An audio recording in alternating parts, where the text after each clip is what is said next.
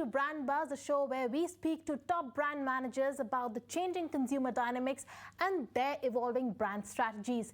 And this week, we are speaking to Raja Rajamannar, who's the Chief Marketing and Communications Officer for Mastercard. Well, over the past decade, Raja has transformed Mastercard into one of the fastest growing brands in the world. Well, the transformative work led by Raja at Mastercard has been developed into case studies at both Harvard Business School and even Yale School of Management. And today he's joining us straight from the US to talk to us about the next era of marketing, challenges of the marketer today, and how generative AI is powering brand solutions for them at Mastercard. Hi Raja, thank you so much for joining us all the way from US. Thank you so much for joining us on Brand Buzz. Raja, you have spoken about the next era of marketing. You have often spoken about quantum marketing at various platforms. For the uninitiated, first tell us what is quantum marketing and why does it stand out in this new era of constantly changing consumer needs? So I'll give you 3 examples. So firstly, today, the way we get consumer insights is very scary bad. So we have to realize that consumer decision-making is subconscious. And when you go and ask consumers, why did you do this? Why did you prefer this? Why do you like this? What drives you to decide in this way?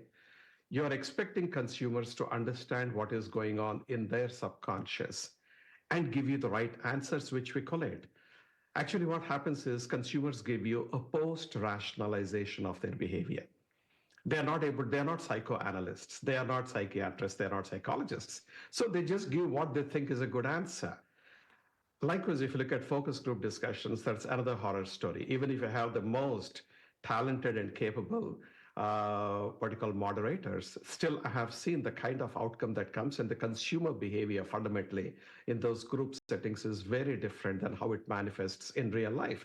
So if you look at each aspect of, for example, consumer insights, we need to rethink and change. Like neuro insights would play a phenomenal role in terms of getting our consumer feedback and the rationale and the reasoning behind the decisions much differently on the one hand. Then take a second situation where we talk about, say, advertising. I keep saying advertising as we know it is dead.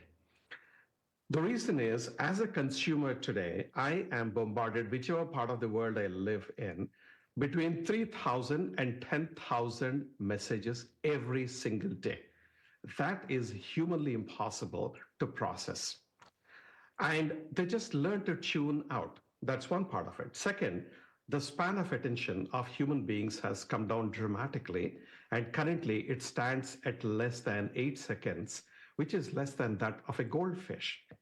Now, if you have that kind of a narrow span of attention and 10,000 ads or 10,000 messages that are coming at you, it becomes extremely difficult for you to get the right hook for the consumer to pay attention to you, listen to your story, and get influenced by your communication enough to change their preference in favor of your brands. Third, marketers have been doing a lot of practices which I would say are deceptive and not really authentic and transparent. Like, for example, when you look at, say, some of the video channels, I'm watching a video. Being from India, I watch a lot of Bollywood and Tollywood songs and videos, or I see animal videos. Even before I'm 5 minutes into my video, my experience is rudely interrupted by a stupid ad I don't care about. And I'm looking at when that skip now button comes in 5 seconds time. When it comes, I click on it. Now, as marketers, we talk about making consumer experience seamless, frictionless, and delightful. I was having a seamless, frictionless, delightful experience till you, as marketer, came along and interrupted my experience and introduced friction into my experience with your stupid ad. And not only that, now to take the consumers even more for granted, I'm served 2 ads. Ad 1, which cannot skip for 15 seconds, and ad 2, which I can skip after 5 seconds. And if I don't want these ads, I'm told I have to pay $12.99 per month just to keep myself in an ad-free zone. This feels like blackmail to me. This is not how you manage marketing. This is not how you manage advertising. As a result of which, consumers are now putting ad blockers at scale. We have got more than 600 million consumers who have put ad blockers on their device, which means we cannot reach them anymore. People are shifting in hundreds of millions to paid ad-free content, whether it is Netflix or Hulu or YouTube, Red, call it whatever. People are moving to those channels, which means as a marketer now, I don't have those hours of screen time with the consumers. So I need to really rethink, because as a marketer, the need for me to advertise, the need for me to communicate actually exists. But the methodology is not necessarily advertising anymore, but there are other ways of how you connect with the consumer and communicate. And now the point is that every aspect, whether it is the purchase funnel, whether it is advertising, whether it is loyalty, whether it is consumer insights, all of these are changing dramatically. Changing because we got the principles wrong, and the methodologies have not got adapted to the new techniques that are available, to the new understanding of how the brain works, to the new understanding of how people process information from across multiple senses. People process information coming from eyes or coming through the eyes very differently than that information which is coming to them through their ears or through their touch or through their smell or taste. So we don't really deploy all these new understanding of various sciences in the world of marketing, and that's what the opportunity is. And that's what quantum marketing's framework is all about. Right, Raja, it's a very catch-22 situation for a marketer. So how do you, really make that experience seamless? As a marketer, how should one really walk the rope of not bombarding a consumer with the ads, and at the same time serve your ad, because you need to serve your ad to create brand awareness? And how do you deal with this phenomena called ad blocking? See, that's an excellent question, right? The first and foremost point that you have made is very right. There is a need to create the awareness. There is a need to create the consumer perception around your brand that is favorable to your brand and the way you want the perception to be shaped. You want the consumer's preference to be influenced. All those tasks are there. My point is, the solution is not just advertising the way we do it today. So how do we address it? So one, for example, is what we call as experiential marketing. So just to give you an idea, in 2013, when I joined Mastercard, we used to be predominantly an advertising-led marketing company. All our marketing strategy was hinged on and was pivoting on advertising. And when I started getting into these areas, I said, it might be a big bet, but maybe I have to move away from advertising. I cannot get rid of advertising. I still have to have some component of advertising, but in different ways, different channels, and do it smartly. But on the other hand, I need to really find my marketing results coming in through experiences. So we started going through what we call as experiential marketing platform. We bought a company that has set up a platform which specializes in sourcing, curating, and fulfilling experiences that are truly priceless. Now, if I fast forward today, we curate literally thousands of experiences around the world every single year. These experiences, when you go through them, it leaves you an indelible mark in your mind about the brand and the context that we have provided for our brand to be showcased to you.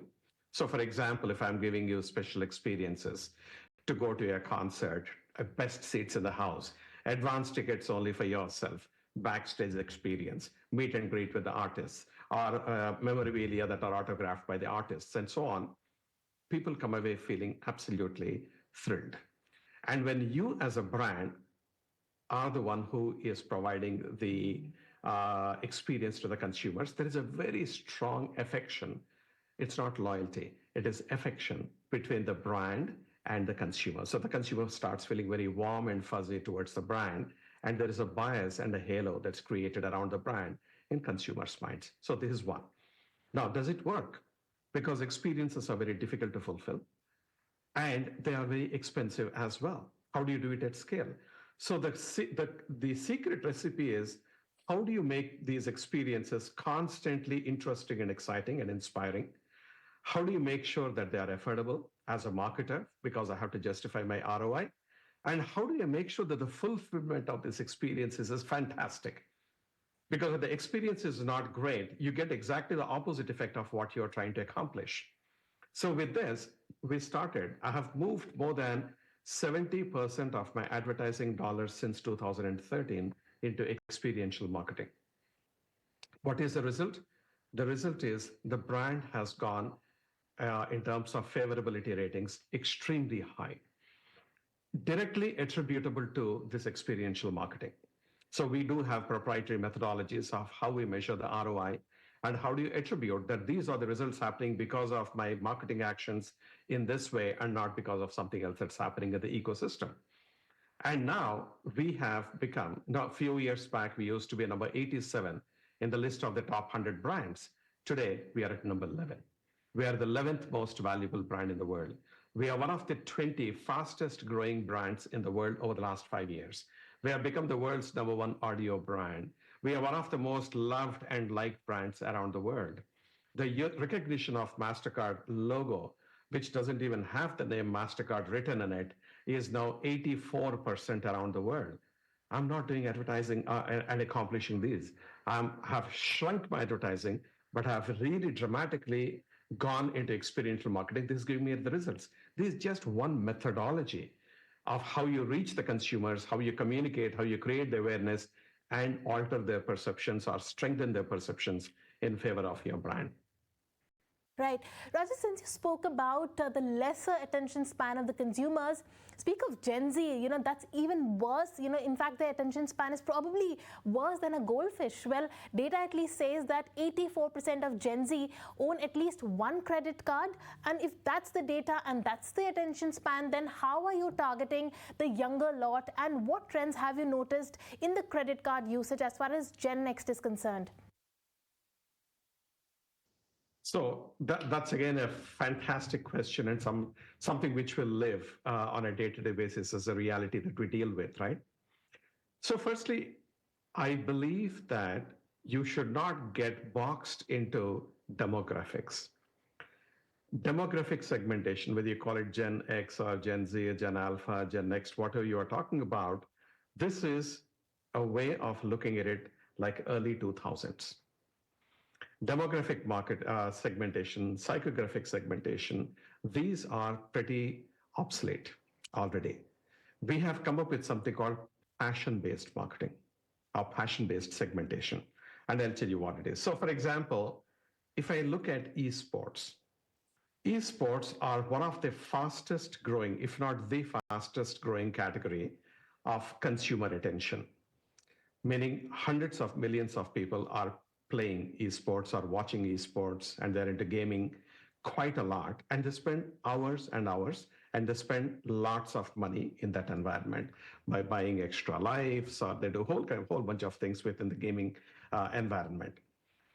Now, if you look at the new generation of youngsters, they are heavily also into gaming. That is one of their primary passion. So then what do? We try to get into the space of gaming. Mastercard was actually the first global brand that has tied up with an esports company called Riot Games. And we are the global sponsor of League of Legends. It was so successful to us because you're meeting the folks where they are in an area that they are passionate about. It really works brilliantly. They connect immediately, but you make one false move. You come through like a corporation instead of as being somebody who is having an understanding of their native environment. You have an instant organ rejection. You will be slammed. So we actually had orientation program that we have taken, and with the great help of Riot Games, we gently shoehorned ourselves into esports. It was so successful for us. We have launched, for example, more than, I believe, about 12 or 13 countries, we launched a League of Legends co-branded card. We have become the sponsor of the League of Legends World Championships, esports World Championships. We got a whole bunch of things. And now we have even expanded our relationship last year to have the world's number 3 game that we are sponsoring, esport we are sponsoring, called Valorant. So we have world's number 1, which is League of Legends. We have world's number 3, which is Valorant. And that really moves the needle on this particular demographic, but the demographic is more for us an afterthought as opposed to the starting point. As an example, likewise, if you look at electronic dance music festivals, this demographic loves EDM, electronic dance music or electronic dance culture, EDC, whatever they call it, depending on the geography. We are heavily present in that. We sponsor a ton of these electronic dance music festivals, and we meet those kids where they are, or those people where they are. Second. Third, interestingly, these generations that you have referred to are much more socially and societally conscious than my generation has been. So you have to do something which is truly good for the society, not in a woke kind of a form, but with a lot of authenticity and passion. So we started a series of initiatives. We went and launched a card for blind people called Touch Card. It's now in fact one of the fastest growing, if not the fastest growing card at Mastercard, already launched in 35 countries around the world. This is something which makes a lot of difference. And people, when they notice this, particularly the younger generations, they say, you know what, this company is doing a lot of good. That's how our brand affection is going up.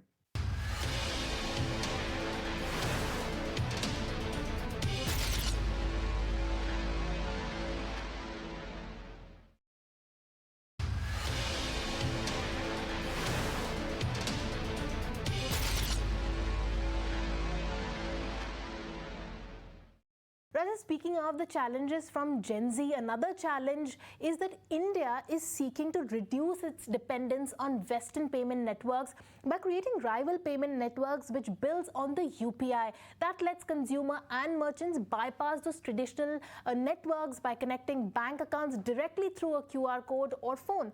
Now, RuPay is one such example. It's a homegrown brand, a card network that enjoys a very crucial advantage, because these transactions are already accounting for 28% of the overall credit card sales in India. That's up 10% on a year-on-year basis. This is increasingly, sidelining the international card networks. So how are you at Mastercard navigating through this? See, it's firstly very simple, right?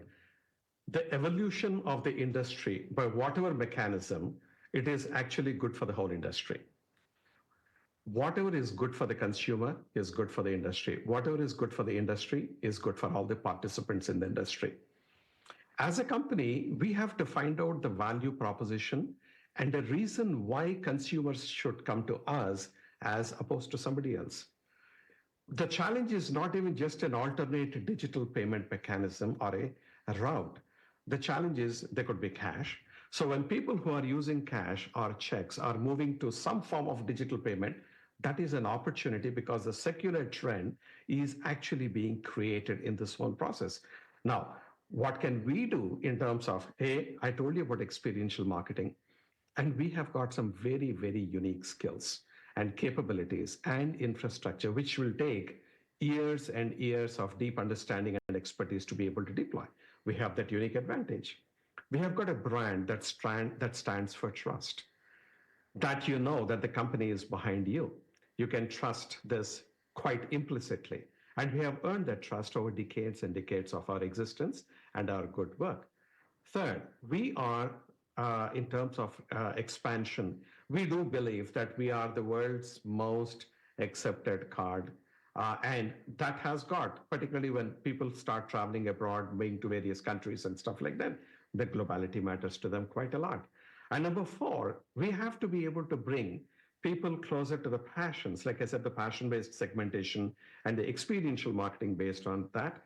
This is something which we have to fight, and we have to really give a rock solid reason as to why consumers should come to us as opposed to some other mechanism. And that's exactly what the challenge is, and that's exactly what we navigate day in and day out, not just in India, around the world. In some cases, the competition is from a network like the one you have mentioned, and those kind of networks are there in multiple countries where we are doing very, very well too.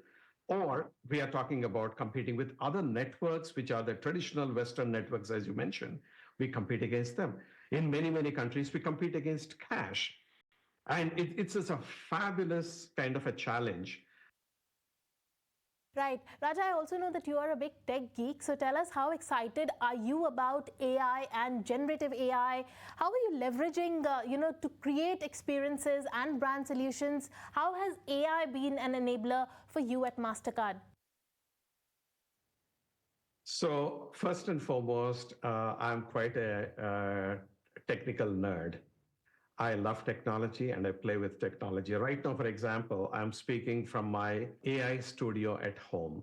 AI has been in existence for a number of years at Mastercard. Almost 7 years back, or close to that, we have launched our first big foray into AI out of Singapore at that time when we created a digital marketing engine. I will not go into the details of that in the interest of time, but the digital marketing engine has given us extraordinary productivities and effectiveness as high as 4 to 8 times of the alternate campaigns that we used to run in an optimized digital environment. And here we are talking about 4 to 8 times deploying AI and automation. Then we come across Gen AI. Gen AI has been a game changer, even bigger. So, for example, I'll just give you one simple B2B context. In the past, whenever we would get an RFP from a bank or from a merchant, it typically would take us about 7 weeks to get to what we call as draft zero, to answer all the questions, to give all the context and the background material, etc. Now, using Gen AI, we are able to do it in less than 1 day. 7 weeks to 1 day, and consistency of quality, consistency of information, the latest updated information, all of that is there, which is phenomenal. Now we have moved to the next phase of AI, which is agentic AI. Having a bunch of bots or bunch of Gen AI systems, these are the agents, which not only give you insights and information, but they actually take decisions autonomously based on the guidelines you are giving and execute the decisions. Now, that is pretty fascinating because just imagine, if I were to say, and I have seen demonstration of it, we are not implementing it yet, but we are still testing it out and trying it out. So if you say that here is my CRM system, and this CRM system needs certain kinds of dripping, meaning contact at a particular frequency with these various constituents who are in different stages of the cycle of sales. Now, I can automate the whole thing and delegate it. So if there is something new happening, if a company has, for example, released their annual report or quarterly report, earnings report, and it's a good report, only if it is a good report, then you say, hey, you know what? Check all the reports for all these companies whenever they come. And when the report comes in, see what the report says. Now, put a nice message and send a congratulatory message to these people in a knowledgeable way. If it is a bad report that has come out, then say how we are here to help them and how we can actually take care of some of the problems that they may potentially be having. Just imagine the power of a real-time marketing in B2B context in this way, delegated to the agents. So agentic AI is going to be one of the biggest trends for 2025 and beyond. Right. Finally, Raja, what is Mastercard's India strategy for 2025? What is your vision for this year? We have our global strategy, which is adapted for every single country. And that includes B2B, B2C, B2G, which is collaboration with the governments. For example, that's what B2G is. On each one of these buckets, we have got a global template. It's a strategic framework that we have crafted for ourselves, which is adapted and tailor-made for the local markets. So, for example, last year, we brought Priceless India to life. And that's something which we have launched. We have been testing it out. That's something which we will scale. We have had to curate those experiences in addition to the partnerships that we have established at that time. That's going to keep increasing. We have signed a new brand ambassador. We have got some amazing brand ambassadors, like MS Dhoni. And we are going to expand our roster. And I don't know if the announcement has come in India yet or not, so I will not talk, but we recently signed a contract with somebody to be brought in as our most recent brand ambassador in India. So the idea is not to make them endorse and hold the credit card and say, hey, look at this credit card, this is what you have to buy, or this is a debit card. That's like 1940s. We are talking about curating experiences authentically and to give joy and delight to the consumers, immersive experiences, etc. The third one, we look at multi-sensory strategy. Multi-sensory marketing is basically all about leveraging all the five senses of consumers in immersive ways and not rely on traditional methods of marketing. India will make advancement in that direction as well. All right, Raja, thank you so much for joining us and taking the time out for this insightful conversation for all the marketers who were watching us. And well, with that, it's a wrap on this edition of Brand Buzz. I'll see you same time next week with another interesting conversation with another interesting marketer who's navigating through this complex landscape.